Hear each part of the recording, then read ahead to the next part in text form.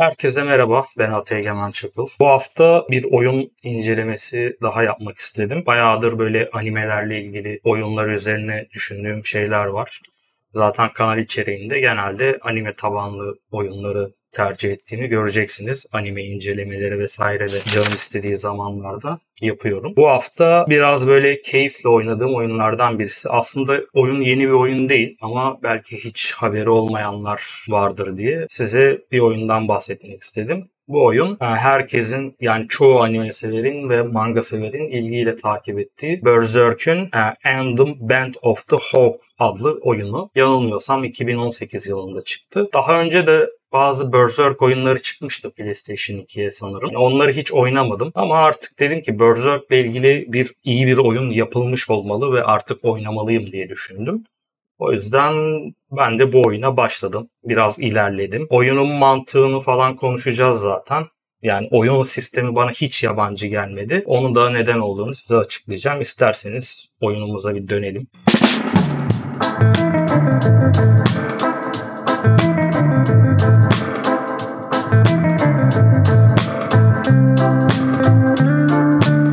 Koei Tecmo Games'in yaptığı bir oyun.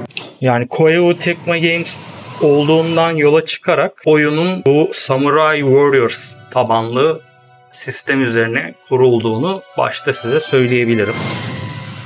Özellikle benim kanalımdaki Sengoku Basara oyunlarını da takip ettiyseniz o tarz bir altyapısı var. Story Mode diyorum. Zaten bir bölüm oynamıştım.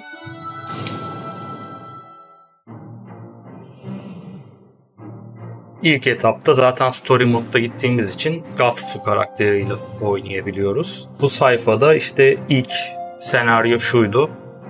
İşte infoya geldiğimizde benden istedikleri görevler bunlardı. Ben bazılarını yaptım, bir tanesini es geçmişim. Yani geriye dönüp bu görevleri tekrar oynayabiliyorsunuz zaten. Biz yeni bir görev yapalım. Geri mi çıktık? Evet. Yani difficulty, zorluk falan ayarlama seçeneği var sanırım ama oyun bana şu etapta çok da zor gelmedi. Normal yapalım. Easy'deymiş. Diğer karakterler, bunlar daha açılmadı. Kilitli karakterler. İşte Casca, Griffith. Herhalde herkesin en çok oynamak isteyeceği karakterlerden birisi Griffith'tir. Gatsu'dan sonra.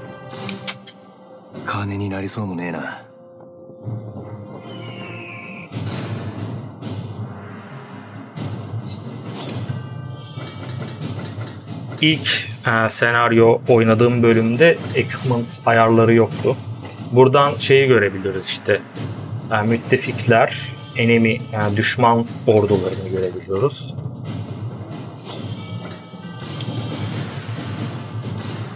Buradan kontroller ve şeyleri görebiliyoruz.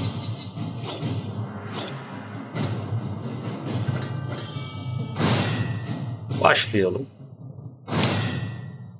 Bir bölüm oynayalım. Bu arada sinematikler birebir animeden alınması. Yani anime tekrar yapılmış sahneler.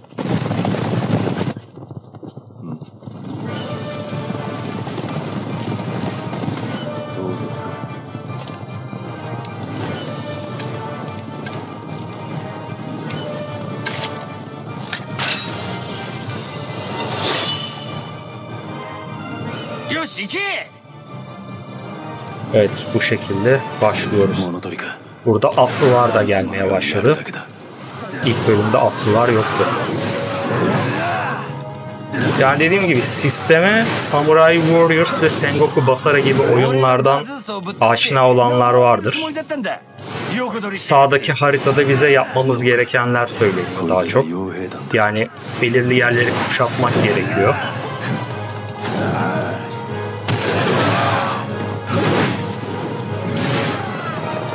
Yani bir çeşit hack and slash tarzında olduğunu söyleyebiliriz. Karakter sadece atlamıyor, zıplamıyor. Böyle bir dezavantajı var. O da normal elindeki kılıçtan dolayı.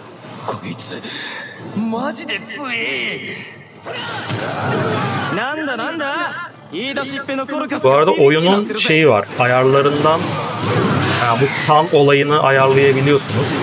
Bana çok fazla kanlı geldi. derseniz onu değiştirebiliyorsunuz. Ama Berserk'ün olayı zaten daha fazla vahşet olması.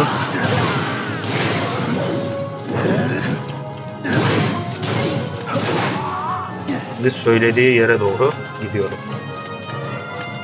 Orada işte değişik şurada sandıklar var. Bunlardan seviye arttırıcı şeyler çıkıyor. Itemler çıkıyor.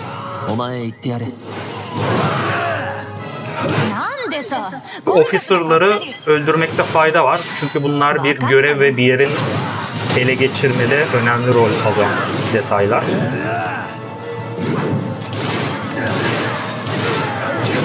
Bu oyunun ilk şeyleri olduğu için kısıtlı bir şeyimiz var şu an. Saldırı. Bunlar da zamanla saldırıları gelişiyor. Şu an işte bu düz şey var. Kaçma var. Bir de şu şekilde şarjlı saldırı var.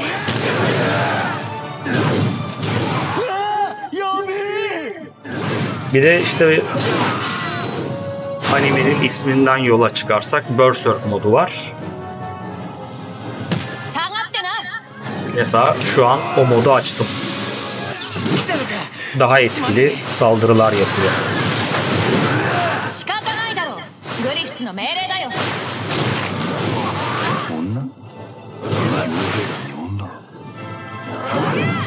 Bana diyor ki şu atlıyı indir.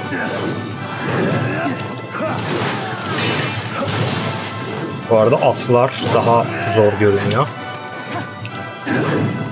Attan düşürdük kaskaymış o. Animeden tanıyabileceğimiz karakterlerden birisi. Yalnız defansı çok güçlü, kırmak da bayağı zor.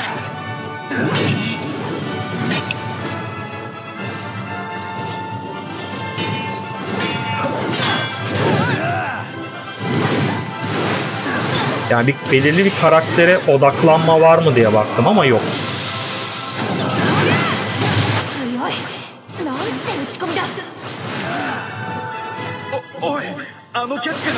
Şu an onu sersemlettik.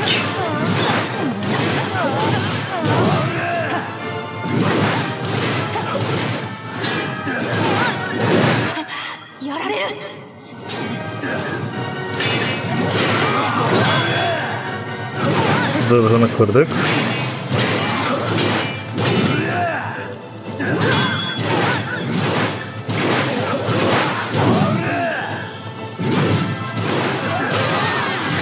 Evet.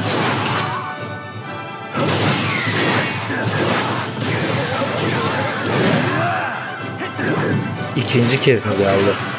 Ha, bu şey başka bir karakter. Corpus.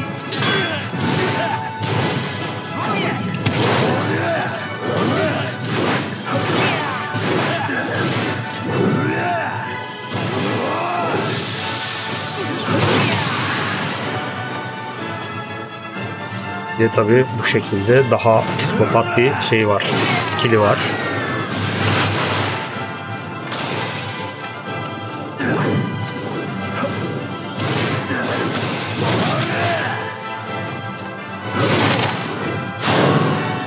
Griffith geliyor şimdi.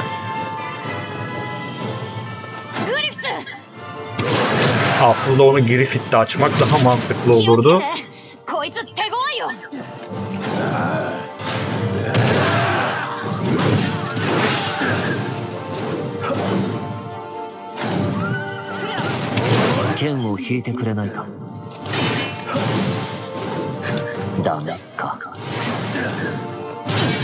Yukarıda göreceğiniz üzere Griffith'in cam barını gösteriyor.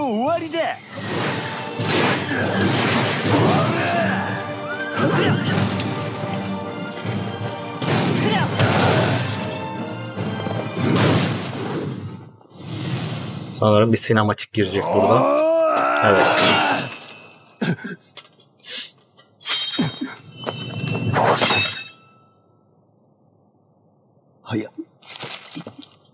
Aslında sadece böyle Berserk sevenler değil, bu tür orta dünya kurgularını sevenlerin de bence ilgisini çekebilecek bir oyun. Yani Mount and Blade oynayan insanlar belki hoşlanabilirler.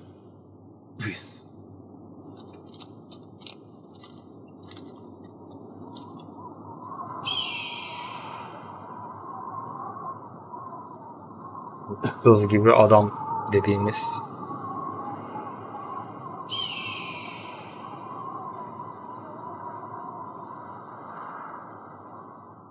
Sanırım Griffith gidecek. İlk karşılaşma olduğu için. Evet.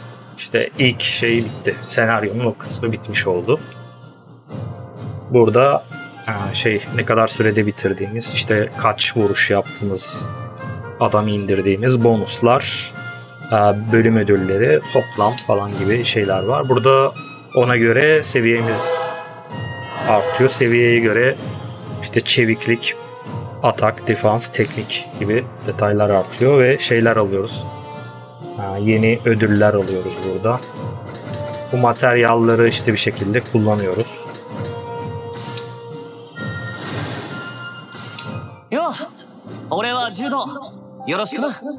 Evet, ilk defa Mercenary görüyoruz burada. Geçelim.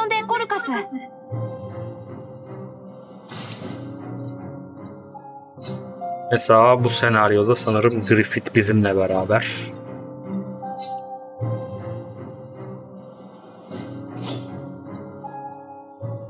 Burada bir free mod var. Dediğim gibi burada diğer karakterler falan açıldıysa onlarla oynayabiliyorsunuz. Daha doğrusu senaryoyu kafanıza göre oynayabiliyorsunuz hikayeye bağımlı kalmadan. Ama tabii bir ödülü falan yok. Yani Berserk seviyorsanız bence bu oyuna bir şans vermeniz gerekiyor. PlayStation 5, PlayStation 4 konsollarında oynayabilirsiniz ve PC versiyonu var. Koei Tecmo zaten bu dediğim gibi altyapıyı Sengoku Basara, Samurai Warriors gibi oyunlarda da kullanıyor. Sengoku Basara daha doğrusu Capcom'un bir oyunu. Ama aynı, matematiği aynı, sistem aynı, hack and slash tarzı. Haritada belirli yerler var. Oraları ele geçirmeniz isteniyor. Zorlu rakipler geliyor. Ve kendinizi sürekli geliştiriyorsunuz karakter olarak. Bu oyunla ilgili söyleyeceklerim bu kadar. Büyük ihtimal ben de senaryo modunu bitireceğim ve rafa kaldıracağım. Yani Sengoku Basara serisi kadar üzerine duracağım bir oyun değil. Ama ben bu tarz altyapıya sahip oyunları seviyorum. Başkaları da bu oyunla tanışırsa, vesile olursak diye böyle bir video atmak istedim. Başka bir videoda görüşmek üzere. Kendinize iyi bakın. Hoşça kalın.